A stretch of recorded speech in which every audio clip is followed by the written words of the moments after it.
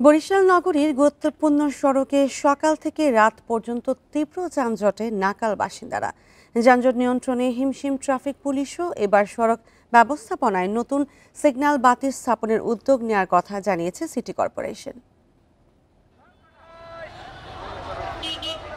১৯৯৬ সালে বরিশালের ৮টি পয়েন্টে স্থাপন করা হয় ট্রাফিক সিগন্যাল বাতি।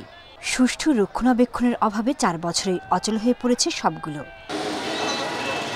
বর্তমানে জনসংখ্যা ও যানবাহন বহুগুণ বেড়ে যাওয়ায় চাপ বেড়েছে সড়কেও। অন্যান্য গাড়ির পাশাপাশি বাড়ছে অটোরিকশার দৌরাত্ম্য। এতে প্রায় দেখা দেয় বিশৃঙ্খলা। নিয়ন্ত্রণে হিমশিম খেতে হয় ট্রাফিক বিভাগকে। সিগন্যাল লাইট ব্যবহার করার আগে আমাদের এই শহরের যে সম্মানিত নাগরিক, সম্মানিত পরিবহনের চালকবৃন্দ, এদেরকে সচেতন হতে হবে। এখানে আধুনিক সিস্টেমে যানবাহন পরিচালনা করার মতো এই শহরের ভিতরে তেমন কোনো সিস্টেম নেই।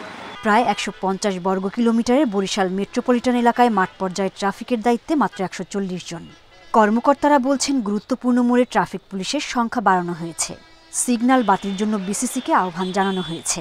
যেখানে হলো আমাদের একজন দিয়ে হয়, সেখানে ৩ জন বা 4 জন দিতে হচ্ছে। বলে আমাদের মানসিকতায় যে আমরা কিভাবে আগে যাব, কাউকে স্যাক্রিফাইস করবো, এর মানসিকতা নাই।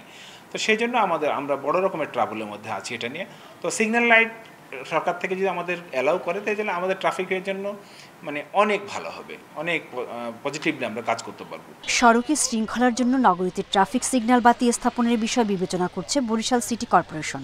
দ্রুত এই বিষয়ে কাজ শুরু হবে। লাল বাতি, সবুজ বাতি, হলুদ বাতি, এই যে বাতিগুলো, এটাতে আমরা অভ্যস্ত হতে হবে।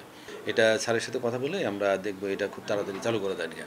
এটা হলে আমাদের পুলিশের উপর চাপ, ট্রাফিক পুলিশের উপর চাপ অনেকটা কমে আসবে। বরিশাল নগরীর সাগরদী, রূপাতলী, চৌমাথা, আমতলা, বটতলা সহ 10টি গুরুত্বপূর্ণ স্পট সবচেয়ে বেশি যানজটপ্রবণ এলাকা। Independent news.